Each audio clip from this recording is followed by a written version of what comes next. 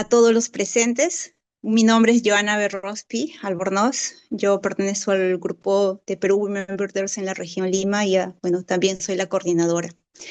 Voy a presentar como nuestra segunda ponencia al biólogo Frank Flores Ponce con el tema de pautas claves para el monitoreo de vida silvestre en la Amazonía peruana.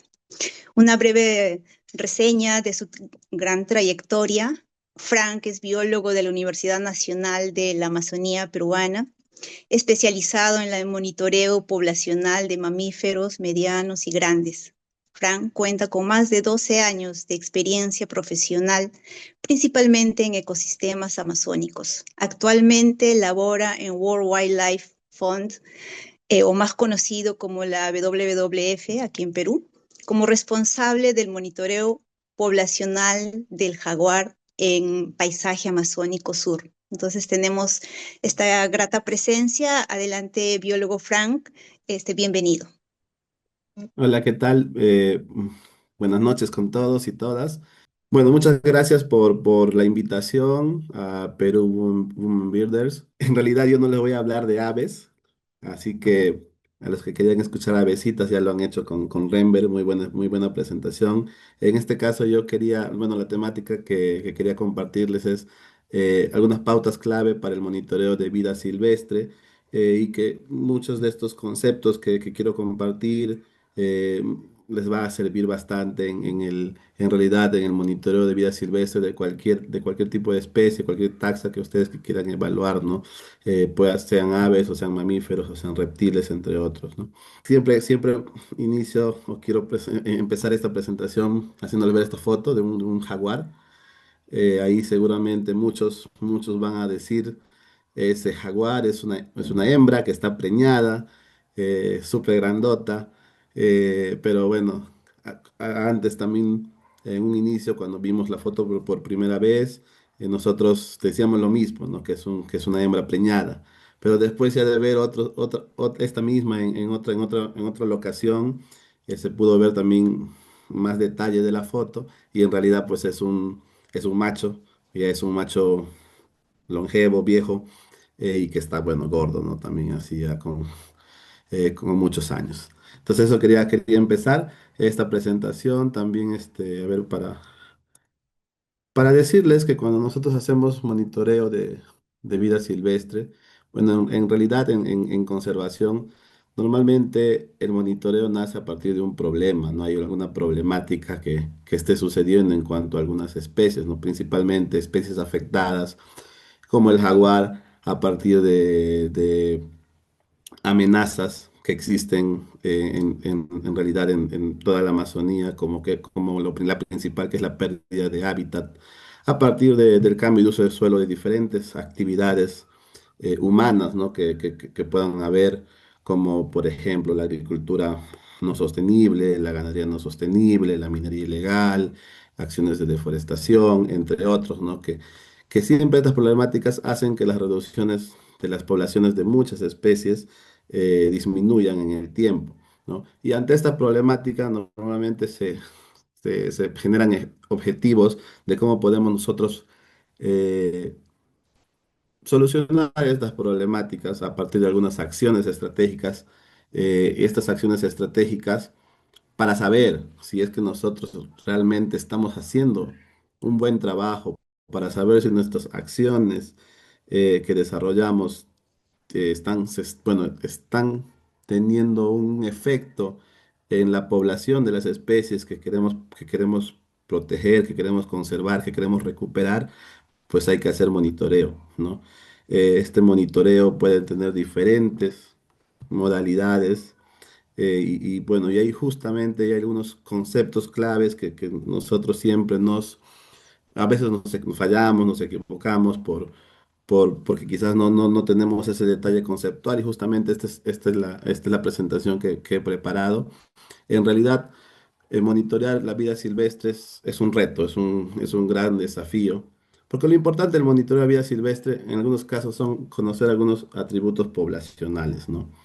Pero muchas veces ese real estado de las poblaciones, de cualquier especie, todos no pensemos ahorita en la especie, en general todas las especies, este real estado casi siempre están disminuyendo, ¿no? Ya les hablé de las amenazas que enfrentan, ¿no? Bueno, entre año y año o entre época y época hay una disminución poblacional. Pero el real estado de la población casi nunca es observado, es exacto, ¿no? Casi nunca es exacto. ¿Por qué? Por las complejidades que tiene el hacer monitoreo. ¿Por qué? Porque hay un detalle que las detecciones que hacemos con la fauna son imperfectas.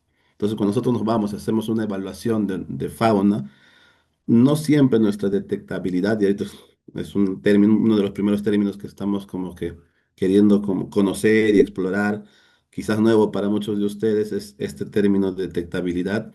Y esa detectabilidad no es perfecta. A veces el real estado de la población puede ser esta, pero cuando nos vamos y hacemos la evaluación, vemos más o vemos menos, ¿no? Y para eso, pues, y mucho de eso depende de muchas cosas, ¿no? Del esfuerzo del muestreo que hacemos, del diseño que hagamos, de la época que escogemos, de la especie que evaluamos. Algunas especies son mucho más difíciles que otras al hacer su evaluación. Entonces, todos esos detalles a veces no tenemos en cuenta, pero siempre hay que considerarlos, ¿no? Aquí algunas frases muy, muy interesantes, ¿no? Por ejemplo, no existe un mal indicador o una mala técnica, ¿no? De evaluación de fauna. Cada indicador tiene su propósito, cada técnica de fauna que se haya creado tiene su propósito, pero muchas veces nosotros hacemos mal uso de esas técnicas. Técnicas que han sido creadas en otros espacios como por ejemplo sabanas africanas, tratamos de adaptarlos a la Amazonía y muchas veces si no hacemos los ajustes necesarios, esa técnica no va a funcionar en la Amazonía porque la Amazonía es completamente distinta. La detectabilidad de una especie como una jirafa, un elefante, bueno, otra especie que hay por allá, en otros tipos de ecosistemas, acá es complicado, ¿no? Acá tenemos sachavaca, bueno, el tapir, ¿no? Sajinos, venados, guanganas, entre otros. Las mismas aves como tal, muchas de ellas, no van a ser fáciles de ver porque nuestros bosques aquí son más tupidos, entre otras cosas, ¿no? Muchas veces hay deficiencias, como les decía, en el diseño de muestreo, hay que diseñar todo lo que queremos hacer. O muchas veces tenemos deficiencia para procesar los datos, para hacer los análisis correctos, o a veces interpretamos mal nuestros resultados, ¿no? A veces siempre hago un ejemplo. Este ejemplo funciona más cuando es algo más presencial, a ver si quizás funcionan en esto de manera virtual. Nosotros hacemos una evaluación, bueno, en algunas áreas protegidas o áreas de conservación regional, como en el Tahuayo, en Loreto las comunidades hacen el registro de la cacería. Entonces, son cazadores, se van, cazan y al regresar toman datos de todo lo que cazan, ¿no? Tienen su control, su registro. Con este registro de caza calculan un indicador que se llama captura por unidad de esfuerzo, el CPV, ¿no? Que es un indicador bien, bien sencillo de calcular. Y viene el responsable de hacer el reporte y dice, la captura por unidad de esfuerzo del Sajino o del Majás es de XXX. Por lo tanto, la población del Majás se encuentra en buen estado, ¿no? O la población del Sajino se encuentra en buen estado. Entonces, ahí hay como que, si nos fijamos, captura por unidad de esfuerzo es un indicador, pero es un indicador que lo que está colectando es cuánto están cazando las personas, ¿no? Cuánto ha sido la cosecha de fauna, pero no me está colectando datos poblacionales de la fauna que está presente, como el sajino, como la guangana. Entonces, este es como un ejemplo de una equivocada interpretación de los resultados que a veces hacemos y que en realidad suceden hasta ahora. Como para ir contándoles y siguiendo hablándoles de otros, otras temáticas que hay que saber, otros conceptos, hablamos del tema de diversidad biológica, ¿no? Y creo que muchos acá deben de conocer este concepto. Y en estas láminas están, bueno, ven un montón de especies, ¿no? Peces, mamíferos, anfibios, reptiles, plantas. Pero sin embargo, el concepto de diversidad biológica va más allá, ¿no? Según el convenio de diversidad biológica, es la variabilidad de organismos vivos de diferentes ecosistemas, sea terrestres, marinos u otros acuáticos, ¿no? Complejos ecológicos. Es un concepto mucho más grande, ¿no? Mucho más grande que solamente las especies, ¿no? Y en realidad es un concepto súper difícil de definir, ¿no? Porque la diversidad biológica no solamente estamos hablando a nivel de especies, sino cuando hablemos de diversidad biológica y como que un primer concepto, siempre pensemos que esto va más allá de, cuando hablemos de diversidad biológica también estamos hablando de la diversidad de ecosistemas, de comunidades que existen, la diversidad de paisajes que hay, la Amazonía, el mar, los Andes, ¿no? En otros lugares también hay diferentes paisajes, pero también hay una diversidad a nivel genético, ¿no? Entonces, como resumen de esta lámina, cuando volvamos a hablar sobre diversidad biológica en otro momento, o les pregunten, siempre digan o siempre piensen que va más allá de las especies, ¿no? Siempre va más allá de las especies. Y además se puede evaluar, se puede estudiar aspectos de la estructura, composición y función de cada uno de estos niveles jerárquicos que existen a nivel de diversidad biológica, ¿no? Bases conceptuales de evaluaciones de fauna. Hay algunas preguntas claves que siempre tenemos que hacernos si queremos hacer una evaluación de fauna de la especie que sea, ¿no? A ver, yo también me equivoco, ¿no? Del elemento de la diversidad biológica que queramos evaluar, ¿no? Que no solamente pueden ser especies, pueden ser otros aspectos, como ya saben, ¿no? Le vuelvo a repetir, ecosistemas, paisajes, genes, entre otros. Pero estas preguntas claves son, ¿qué quiere estudiar? ¿Por qué quiere estudiar?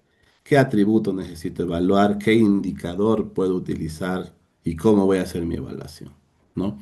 El qué quiero estudiar normalmente pues está orientado a lo que acabo de explicar, que es algún aspecto de la diversidad biológica que yo quiero evaluar, ¿no? O algún aspecto en donde nos concentremos, especie, cuál de las especies, cada especie para evaluar es distinta, ecosistemas, a nivel de paisaje, hay muchos estudios a nivel de paisaje, principalmente aspectos de fragmentación, conectividad, ese tipo de cosas, ¿no? Entonces, y a nivel genético también, ¿no?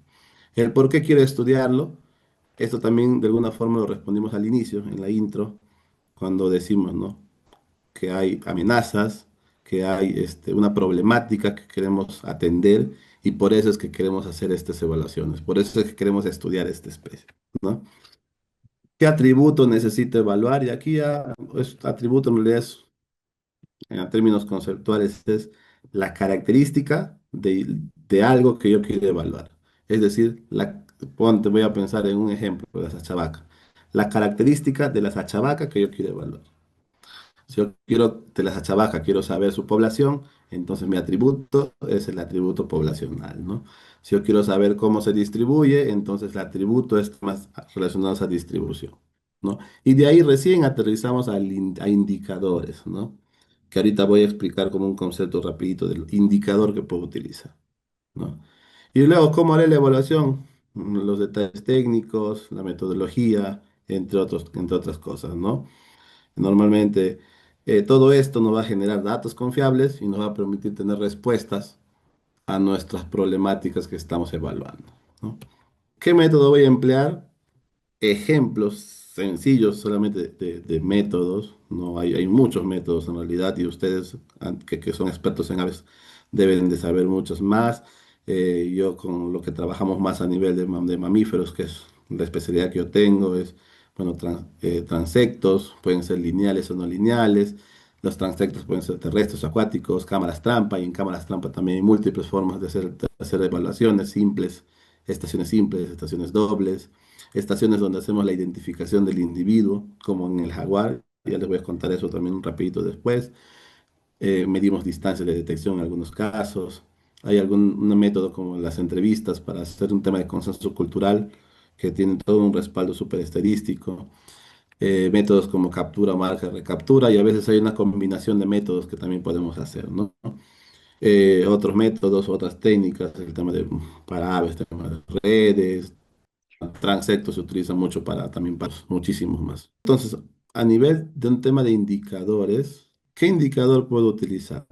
Y para más o menos un poco conceptualizar un poco el tema de indicador, en realidad el indicador es el estado de un atributo que yo estoy queriendo conocer, ¿no? Volviendo al atributo, el atributo es la característica de algo, ¿no? Que yo quiero evaluar. Entonces, ese estado de ese atributo es mi indicador. Y esto nos va a permitir o nos va a facilitar comparación de su variación en el espacio-tiempo, ¿no? Y estos indicadores en realidad se obtienen a partir de métricas o variables, que nos va a permitir medir o estimar. ¿Y por qué dice medir o estimar? Porque cada una de esas cosas es totalmente diferente. Medir es diferente a estimar en función de la naturaleza del dato que voy a colectar, de la naturaleza de ese dato que estoy tomando. Y aquí también justo he hecho unas 10 diapositivas que en menos de 5 minutos les explico porque a veces dejamos de lado también estas cosas, ¿no? La naturaleza de los datos que colectamos, y eso es muy importante. Variables, indicadores, son en realidad todos estos que yo quiero conocer, ¿no?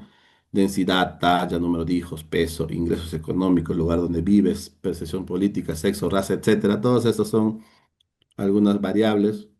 Variables se utilizan más en un aspecto más estadístico, pero en un aspecto más ecológico se utiliza el atributo y el indicador, ¿no? Mm, entonces, como esto tiene una relación más con el análisis, vamos a utilizar tipos de variables, ¿no? Como recordar, hay variables continuas, discretas, ordinales, nominales, ¿no? Y eso en algún momento nos han enseñado. Continuas son aquellas que se pueden medir, ¿ya? Es decir, todo lo que podemos medir son las variables continuas y normalmente son aquellas que pueden ser expresados en valores decimales. ¿Qué puedo medir? Puedo medir la talla, puedo medir longitudes, puedo medir masas, puedo medir temperaturas, etcétera. No puedo medir ese tipo de cosas, por ejemplo, 1.2, 2.3 o 70 centímetros o 100 kilómetros, 200 kilómetros. Todas esas que tienen esa connotación que se puede medir son variables continuas. Las variables discretas son aquellas que se pueden contar y que normalmente son asociadas a aquellos que son valores enteros, ¿no? Uno, 2, 3, 4, 5, 6, número de crías, número de especies, número de individuos, número de personas, ¿no? Ese tipo de detalles. Y si se dan cuenta, yo asocio estas variables discretas con las continuas. Normalmente tenemos indicadores súper interesantes como la densidad, ¿no? Número de individuos por kilómetro cuadrado, número de individuos por este kilómetro recorrido, número de individuos no sé, por red, ¿no? Algo así, ¿no? En este caso, la variable discreta son aquellos que son valores que se pueden contar, uno 2 3 4. Las variables ordinales son aquellas que no se miden, no se cuentan, pero que se pueden ordenar según su magnitud, ¿no? Son más tipo textual, eh, pero ese textual tiene un orden, en pocas palabras, ¿no? Y es un orden que va creciente o decreciente, ¿no? Por ejemplo, este ejemplo, ¿cómo recibes la enseñanza que recibiste?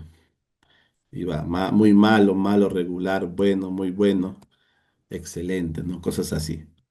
¿Cómo crees que está el colegio? Malo, regular, bueno. O sea, tiene ese orden, ¿no? Un orden en específico.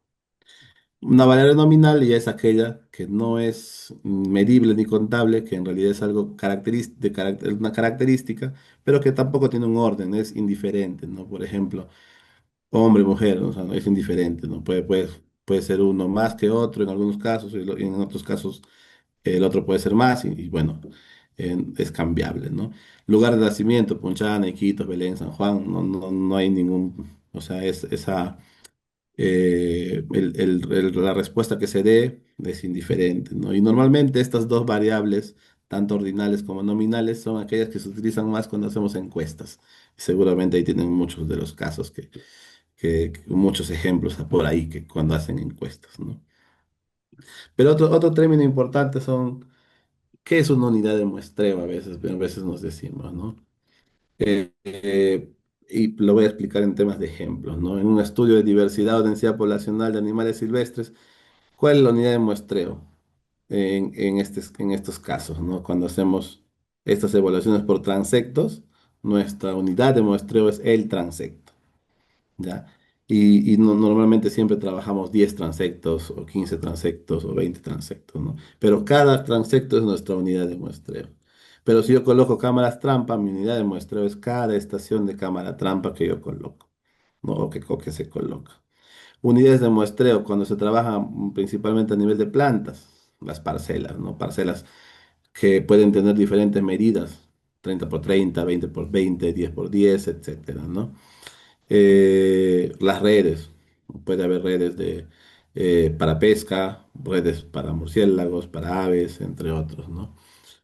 Personas, cuando se hacen entrevistas, nuestra unidad de muestreo siempre va a ser la persona que entrevistamos. Eso es como un ejemplo súper claro, ¿no? Cuando hacemos encuestas, entrevistas, la unidad de muestreo es la persona a la que estás entrevistando o estás haciendo la encuesta. Tipos de muestras, y para terminar esta sección, hay dos tipos de muestras. Unas que son independientes y otras que son relacionadas. ¿Ya? ¿Cuál es su diferencia? Las muestras independientes son aquellas muestras que son de dos lugares distintos, ¿no? Por ejemplo, esta es una muestra de peces de la Reserva Nacional Pucacuro y esta es una muestra de especies, pero de la Reserva Nacional Pacaya-Samiria. Estas muestras son independientes entre sí. ¿Por qué? Porque acá ocurren ciertos factores ecológicos que hacen que tenga una población que podría ser un poco distinta a esta, la del Pacaya Samiria, ¿no? En este caso son muestras independientes.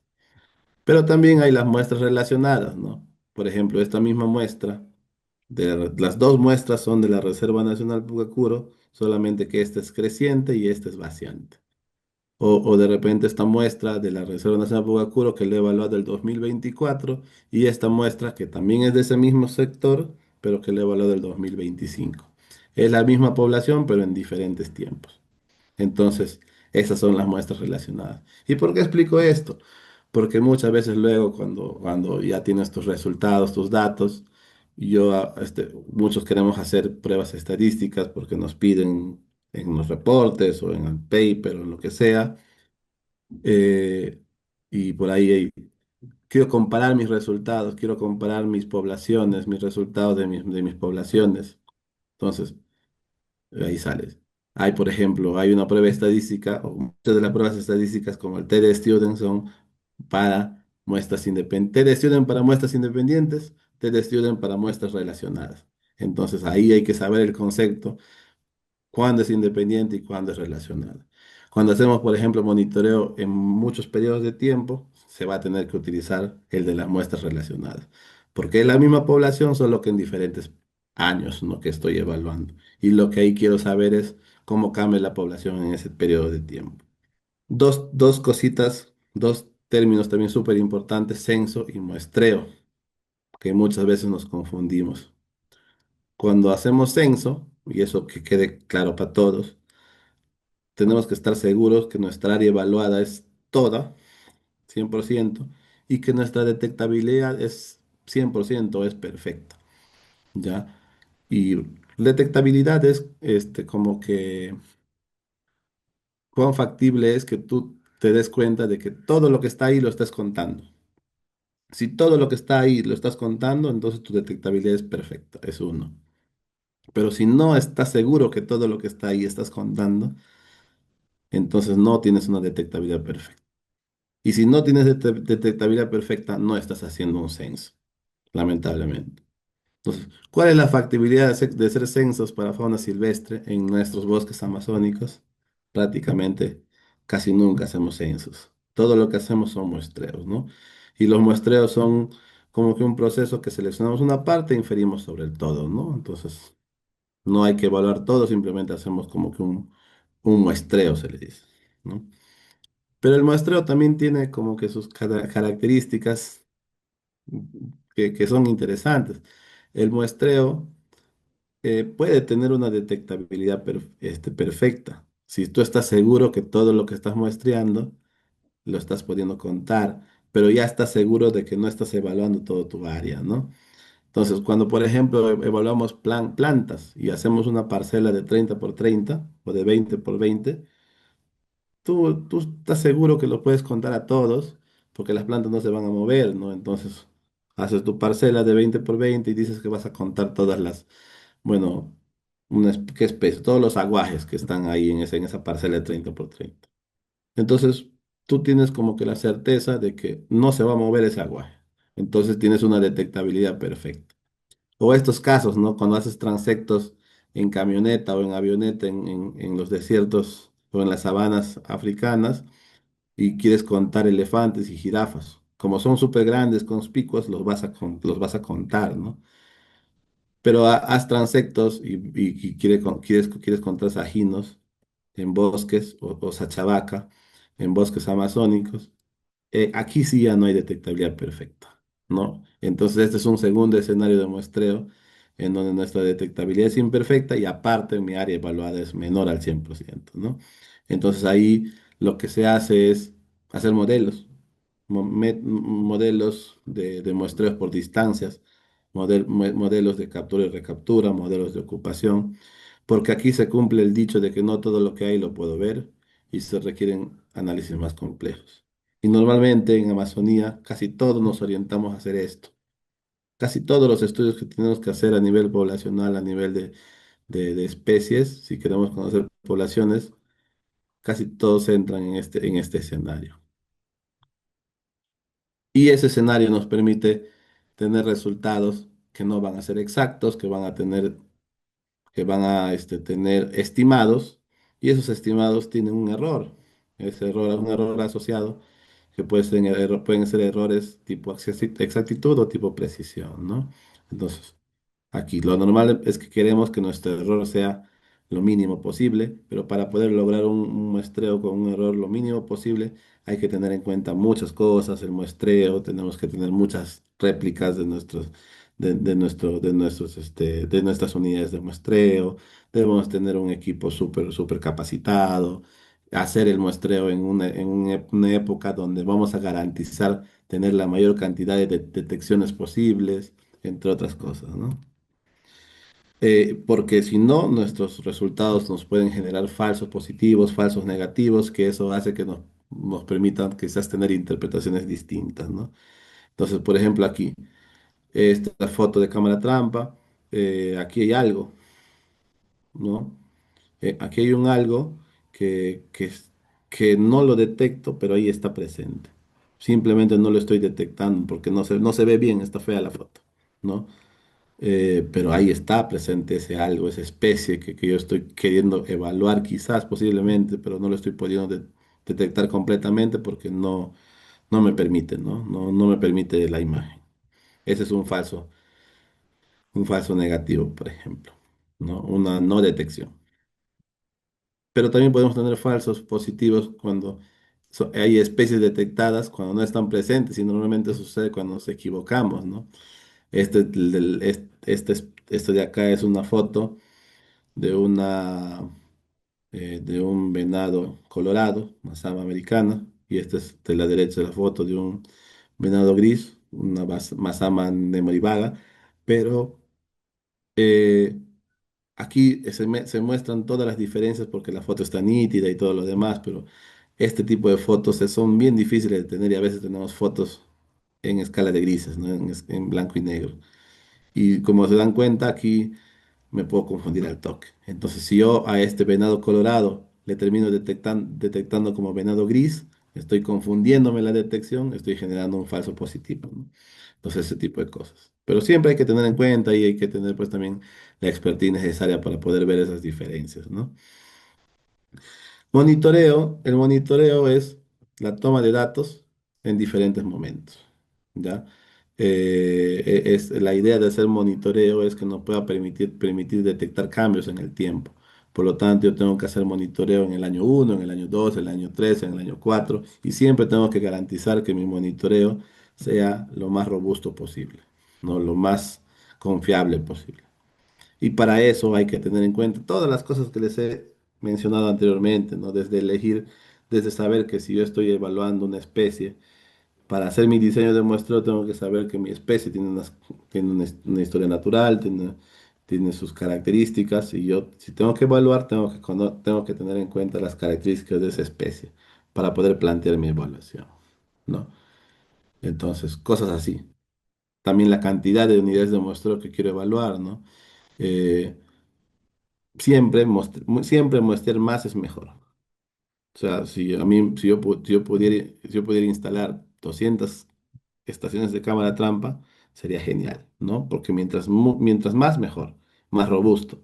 Pero también ahí ya pues ahí sí surgen otras, quizás bueno, ahí surgen temas logísticos que no, que en todo estudio no siempre se tiene el presupuesto adecuado, no siempre tenemos el presupuesto completo y bueno, hay que hacer algunos ajustes, reducir nuestros muestreos, ¿no? Igual con transectos, mientras más transectos mejor, pero también hacer más transectos requiere más tiempo, más gente, más comida, etcétera, etcétera, ¿no? Y bueno, aquí les he dejado ya como para ir cerrando, me queda una línea de tiempo de una evaluación de fauna, un ejemplo, que forma parte de entonces el monitoreo tiene diferentes fases, ¿no? Desde la planificación, el diseño de muestreo, organizo la información, el diseño de muestreo, la implementación del muestreo en campo, luego tengo datos que tengo que organizar, procesar, analizar, interpretar y volver a organizar nuevamente para poder presentar, ¿no? Acá hay un tema de evaluación de potencia que no le he tocado ahora, en realidad es un aspecto más estadístico de mis datos para saber si mis datos tienen un poder estadístico adecuado para permitirme tomar decisiones comparables en el tiempo, ¿no? Entonces, planificación, normalmente tenemos nuestra área de muestreo, por ejemplo, son unas cuadrículas de evaluación que se hizo en Pucacuro con cuadrantes de 1 kilómetro por 1 kilómetro para instalar cámaras trampa y hacer también recorridos para evaluar registros indirectos como huellas, entre otros, ¿no? Entonces, planificamos incluso el ingreso a campo por día, qué unidades de muestreo voy a hacer tal día. O sea, la idea es tener todo planificado, ¿no? Que puede estar sujeto a algunos aspectos o criterios de campo que puedo cambiarlo, pero siempre partiendo de una planificación previa, ¿no? Siempre hay que hacer capacitaciones con el personal, bueno, con el grupo que vas a trabajar. En este caso se ha trabajado con el mismo personal de la Reserva Nacional Pucacuro y aquí se están haciendo las capacitaciones, instalación de cámaras trampa, uso de GPS, que conozcan lo que se está haciendo, ¿no? La implementación en campo, aquí con el equipo, con los compañeros instalando las cámaras, haciendo los campamentos, entre otros, ¿no? Que ya seguro muchos han estado en ese tipo de trabajos, ¿no? Luego viene datos, viene la información y vienen la información de campo, mis tracks, mis waypoints, mis fotos, mis fichas de muestreo, las fotos de mis cámaras trampa y todos hay que organizarlo de preferencia a un nivel de unidad de muestreo, ¿no? Si mi unidad de muestreo es la FBF32, aquí tienes que estar toda mi data, ¿no? Guardada. Procesamiento, normalmente se hace procesamientos, lo más clásico lo hacemos en Excel, nuestras bases de datos, y las bases de datos tienen que tener un detalle, y nunca se olviden que tu base de datos tiene que poder leerlo otra persona que no seas tú. Y para poder hacer eso hay que tener muchos detalles. Hay que colocar una hoja de metadatos, bueno, el esfuerzo de manera separada de las detecciones que hemos tenido. Entonces, todos esos criterios también son muy, muy importantes, ¿no? Los análisis, nuestras tablas de los análisis, nuestros resultados en gráfico, nuestros reportes, o sea, cosas así, ¿no? Esto es como un ejemplo de todo ese proceso de hacer monitoreo, ¿no? Hasta el reporte que se tiene, ¿no? Que es nuestro reporte de monitoreo. Eh, aquí algo sobre cámaras trampa, que al momento de la presentación, bueno, mencionaron, bueno, en mi caso yo actualmente trabajo en BBF, estamos haciendo monitoreo poblacional del jaguar, eh, y aquí quería mostrarles algunos aspectos del trabajo que hacemos con temas de cámaras trampas, ¿no? Las cámaras trampas, en realidad, pues, Se utiliza ahora mucho porque son métodos no invasivos. Antes, para evaluar jaguar, por ejemplo, se tenía que capturarlo, pero ahora ya no es necesario porque con las estaciones de cámaras trampa yo puedo detectar al jaguar a nivel de individuo, ¿no? Podemos saber que este individuo se llama, bueno, a ver, se llama Fran, se llama Juan, ¿no? Entonces, ¿por qué? Porque las manchas que tiene el jaguar son manchas que son idénticas, diferentes entre un individuo y otro, ¿no? Las cámaras trampa normalmente pues tienen su sensor de movimiento y cuando pasa algún animal que haga movimiento, detecta, toma una foto por la cámara fotográfica, y bueno, a veces se activa también, bueno, siempre se activa el sensor de luz y bueno, también tiene luces, ¿no? Luces LED. Entonces la cámara que funciona aquí en esta parte tiene su panel, y sus baterías aquí en la parte de abajo. Y bueno, no, la idea es que la cámara se, o sea,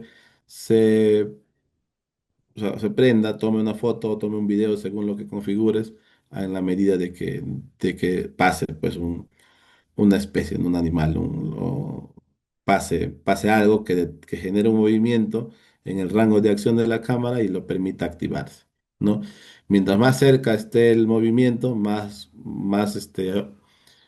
¿cómo se puede decir? Más efectivo va a ser la activación del sensor, por lo tanto va a tomar el registro, pero mientras más lejos esté del rango de alcance de la cámara, hay una posibilidad de que ya no capte el movimiento y no tome el registro, ¿no? Entonces esos criterios se utilizan.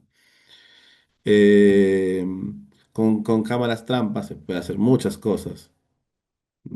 Podemos trabajar presencia, ausencia de algunas especies, algunos aspectos de diversidad, pero también podemos hacer algunos modelos de abundancia, distribución y comportamientos también, ¿no? Entonces, modelos de abundancia son los que hacemos con el jaguar, a través de la identificación de los individuos. Se hacen modelos, bueno, el modelo tiene un nombre un poco raro, es Spatial Explicit Capture Recapture, son modelos explícitos espaciales de captura y recaptura, pero eso nos permite conocer la densidad de los jaguares en un determinado territorio, ¿no? Y no me quería ir de la presentación sin decirles que nosotros, o sea, ya un poco entrando al tema de aves, en realidad tenemos mucha data de aves que también salen en las cámaras y a veces decimos, ah, no salen muchas aves o no funciona. En realidad sí funcionan, salen muy bonitas fotos de aves también. Estas son clásicas, ¿no? Como, bueno, los trompeteros, los pucacungas. Viene aquí una foto súper linda de este tucán, pero también salen un montón de fotos de especies más chiquititas, unas más grandes, medianas, y tenemos un bonito resultado que estamos ahí con la revisión de las fotos, teniendo también, queriendo sacar algo de o sea, toda la lista de especies que se ha podido registrar de aves a partir de cámaras trampa también, ¿no? Entonces, eso sería todo y muchas gracias. No sé si hay alguna consulta, espero les haya gustado la presentación. No, muchísimas gracias, Frank, de verdad, muy interesante y hacer, viendo todo el proceso que tiene que hacer un monitoreo, realmente es, como decimos, harta chamba. Y yo Y es creo difícil, que ¿no? Es un reto. sí, sí, es realmente un reto y yo sé que muchos se entusiasman, a veces sí, me voy a la selva, me voy a un lugar, pero se ve la realidad y me imagino que se pasan muchas dificultades, frustraciones o emociones y todo se, ¿no? Pero yo sé que esa pasión que se tiene siempre sale adelante. Claro. Este, realmente complementa con justamente la ponencia anterior que nos hablaba pues de este área natural protegida y toda esa data que se tiene son gracias a estos trabajos de cada uno de ustedes, ¿no? Que aporta para tener, ¿no? Esa data siempre, me imagino, actualizándose y todo lo demás. Em, Hay algunas preguntas, mientras igual van escribiendo, yo estaba pues muy atenta escuchándolo también y yo participé en algunas ocasiones aquí lo llamamos los censos de aves, por ejemplo, ¿no? Entonces, y justamente usted estaba comentando de que el censo tiene que ser perfecto, entonces yo dije, oh no, aquí, entonces, porque normalmente los censos de aves, que a veces se sale y no se cuentan todas, ¿no? Y es, como les decimos, es un estimado, porque de pronto comenzamos a hacer el conteo y unas que otras se mueven o ya vino un depredador o ya vino algo y se volaron todas y esperar y no siempre pues va a ser perfecta. Entonces yo he estado con esa duda. Entonces, ¿se debería llamar censo o solamente muestreo de aves? Y siempre hay campañas, ¿no? Y siempre hay campañas de esto, ¿no? Que estamos para llevar la data. Entonces, eso era como que una de la consulta o sugerencia, ¿cómo se Ujú. podría llamar? Teo, ¿no? Sí, o sea, en realidad traes a debate algo súper interesante, ¿no? Yo he sido guardaparque, he trabajado en la Reserva Nacional Pacaya Samiria, y mucho tiempo antes siempre hablábamos, vamos a hacer el censo de aves también, ¿no? Y, y bueno, en realidad, Ujú. conceptualmente, y de acuerdo a lo que ya les expliqué, el censo tiene que tener las características de que tiene que ser en todo el área o en todo mi ámbito de estudio y que también tiene que ser la detectabilidad tiene que ser lo más cercano posible a ser perfecto, ¿no? Entonces, si tú vas a evaluar las aves, en ese censo que estás haciendo, posiblemente no vas a poder detectar todas las aves que están en ese espacio. En realidad es un muestreo de las aves que tú estás, de alguna forma evaluando en ese momento. Pero lo otro que hay que tener en cuenta, es que cuando tú haces este muestreo de aves, bueno, que normalmente lo decimos censo de aves, aquí hay que tener bien en cuenta cuál es el indicador que yo estoy ahí evaluando, ¿no? Y aquí el indicador que yo estoy evaluando, trato de detectar la mayor cantidad de aves posibles. En realidad nuestro indicador es la riqueza de especies a partir del número de especies que yo estoy registrando, ¿no? Entonces, ese es nuestro indicador. Y no confundamos ese indicador con algún aspecto poblacional que queramos conocer de alguna de estas aves, ¿no? Y yo sé que en aves muchas veces se registra raro, no, sino que raro, frecuente y abundante, algo así, que también tomamos ese dato. Y ese dato quizás podemos asociarlo a algún aspecto poblacional, pero este dato que tomamos, que podamos quizás asociarlo a un aspecto poblacional, es un dato no robusto, ¿no? Porque no estás, porque tu diseño de tu evaluación no está enfocado en hacer un muestreo poblacional de las aves, sino está enfocado en hacer un muestreo para conocer la riqueza de aves que hay en ese espacio. Entonces, esas dos cosas, como que de alguna forma hay que tenerlas un poco claros, ¿no? Esas dos cosas.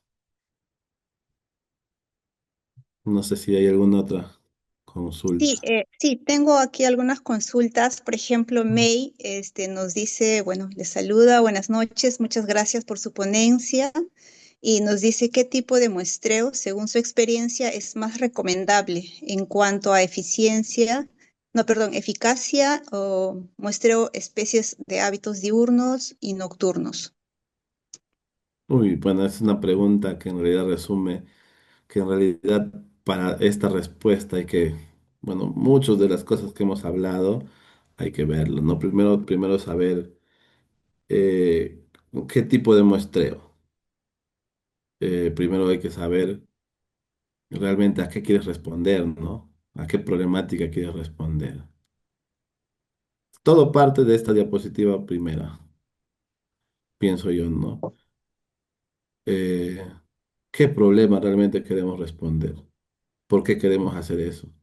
O de repente hay algunos casos en donde para conservación normalmente pensamos a partir de este problema, ¿no? Que hay un problema y que nosotros queremos tener algunas acciones, por lo tanto quiero hacer mi monitoreo para medir si mis acciones funcionan o no funcionan, ¿no? Estas problemáticas cuando son a un nivel de especies, a un nivel de especies como el jaguar o especies como los animales de caza o las taricayas, normalmente siempre asociamos nuestro muestreo para conocer algún atributo poblacional, algún aspecto poblacional. Queremos conocer la densidad, la abundancia, el índice de abundancia, la ocupación de estas especies, ¿no? Y ahí recién yo me pregunto qué tipo de muestreo voy a hacer, ¿ya? Eh, y siempre tenemos en cuenta también estas preguntas, ¿no? ¿Qué quiero estudiar? ¿Por qué quiero estudiar? Y luego todo lo demás, ¿no? Pero primero se parte de estas dos, ¿no? ¿Qué y por qué? Entonces, en ese sentido, primero saber qué tipo de muestreo va a ser en función de qué especies, ¿no? Hay algunas veces que nuestra evaluación puede asociar a algunas especies, pero en muchos casos, si yo quiero evaluar un tapir, va a ser distinto a evaluar un jaguar, ¿no? Eh, pero muchas veces cuando evaluamos jaguar, también podemos tomar datos de otras especies, ¿no? Porque al evaluar jaguar también tomas datos de otras especies como el sajino, la bangana, los venados, entre otros, ¿no? Pero tu diseño está enfocado en el jaguar. Y al tener mi diseño enfocado en el jaguar, por ejemplo, en el jaguar lo que nos pide el método es que las cámaras estén separadas 2 kilómetros o de entre 2 o 3 kilómetros, ¿ya? Sin embargo, para especies como el sajino, los venados, la chavaca, eh, esa separación puede ser de 1 kilómetro, ¿no? Porque el área de vivienda del jaguar es más grande que el área de vivienda de estas otras especies, ¿no? Entonces, estos aspectos de la historia natural de cada especie siempre tenemos que también asociarlo a nuestro muestreo que queramos hacer, ¿no? Uy, Sí, muy bien. Gracias por su consejo, así es que ya saben apuntar mail. También nos pregunta Ana, dice, bueno, te agradece, Fran, no sé si me escucha, te agradece, Fran, dice una consulta. ¿Cómo se está aplicando la inteligencia artificial en el monitoreo de fauna silvestre? Y si puedes contar un ejemplo. a ver, aspectos sobre inteligencia artificial para el diseño, para la planificación, el diseño, muy poco, todavía no mucho. Para la toma de datos, también, pero siempre hay que ir a campo. Pero donde sí ya se está teniendo mucha ayuda de la inteligencia artificial es en algunas herramientas para procesar, para hacer procesamiento y análisis, ¿no? Por ejemplo, nosotros con las cámaras trampa, con las cámaras trampas, con las fotos que tenemos, utilizamos una plataforma que se llama Wildlife Insight.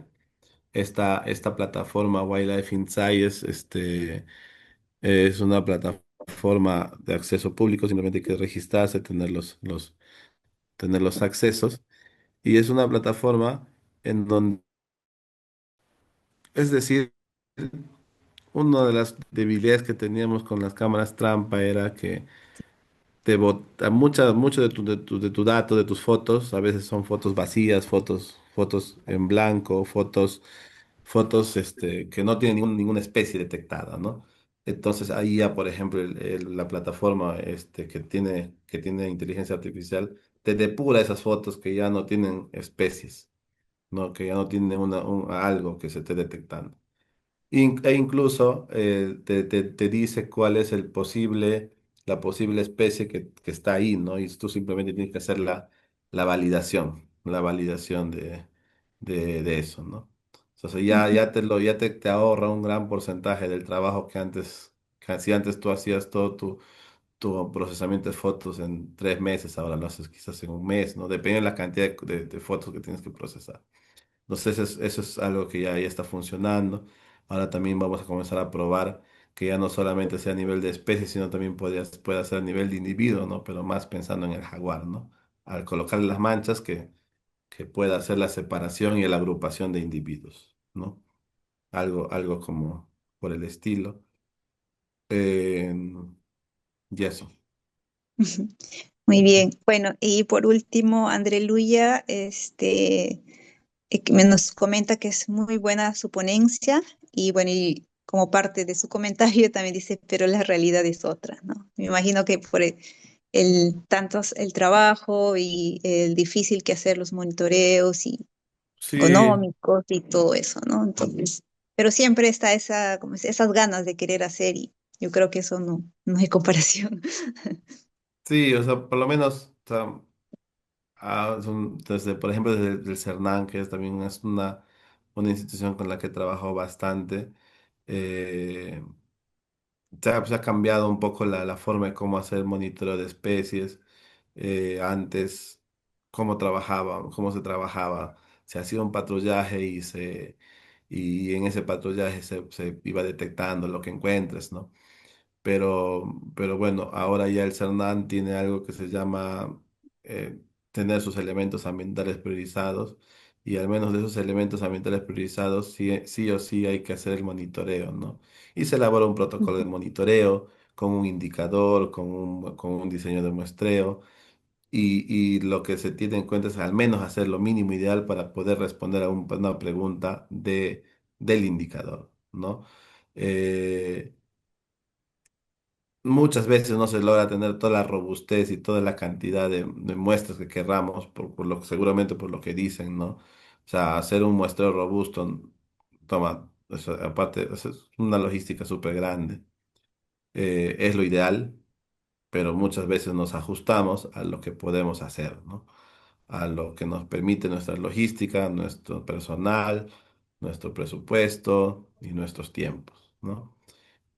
Pero siempre ten en cuenta de tratar de buscar en la medida de lo posible la mayor robustez, ¿no? Ajustándose a las limitaciones, pero siempre pensando en tener la mayor robustez posible.